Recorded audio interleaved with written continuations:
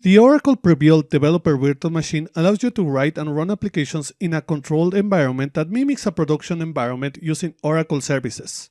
You can freely download any of the available virtual machines depending on the work you are planning to do. You have database, web center portal, big data, network applications, and many others. The one used in this course is the Database App Development VM. This VM includes Oracle Linux and the Oracle Database. You only need to install Node JS on the machine.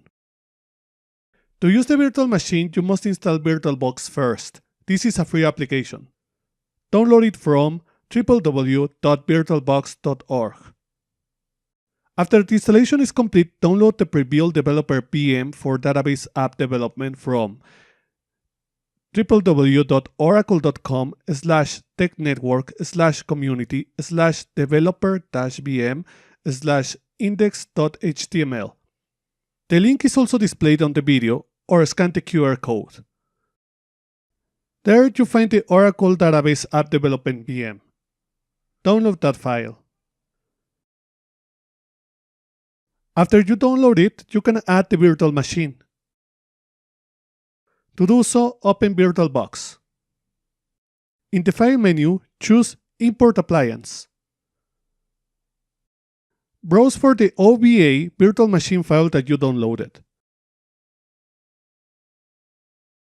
After selecting the file, click Next. You may review the settings of the virtual machine. Usually the defaults are good enough. In any case, you may choose the location of the virtual disk to be created. In my case, I will leave the default settings. After clicking Import, you have to accept the license terms of the virtual machine. Click Agree to continue. The virtual machine begins to be imported. This can take several minutes because the virtual disks are being created. After the virtual machine is created, you see it listed in your VirtualBox. Click the virtual machine and its details appear on the right pane. Some things to note is the RAM memory for the VM, the number of processors, and the network the VM will use. You can change any settings by right-clicking the VM name and selecting Settings. Settings are arranged in different sections and tabs. For example, the System section defines the memory and processors to be used. Note that changes to these settings can only be done while the machine is off. The Network section allows you to select the network interface type that the VM will use to connect to the internet. If you have problems connecting to the internet with your VM, you may want to change the settings. To run the virtual machine, you can either double-click the VM name or select it and click Start. A window will open. This is your virtual machine screen. The virtual machine runs as an application, but anything that you do on the VM will not affect your system, so it is the ideal way to learn and try new things. And just as a normal computer, the machine will start to boot. After the machine boots, you will be logged in the system. The developer VM automatically logs you into the system. Also, if you resize the virtual machine window, its contents should rescale accordingly. Or you can even go full screen. After the system starts, a terminal window is opened.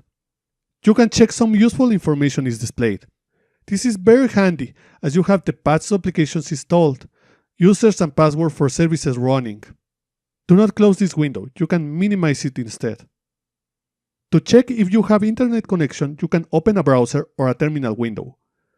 To make it fast, I use a simple ping with the terminal. Open the Applications menu in the System and select Terminal. In the terminal run ping oracle.com-c3. If the connection is successful, the command will show you that some or all the pings succeeded. You can keep using the VM safely. Remember, everything that you do on the VM will apply to the VM only. If you, for any reason, make the VM unusable, you can safely delete it in VirtualBox and import it again and start without any damage to your system. Finally, to close the VM, you must shut it down. Open the commands on the top right corner. Here you can adjust some settings and turn off the machine with the power off button. Select power off and then the virtual machine will shut down. You're back to the VirtualBox Manager window.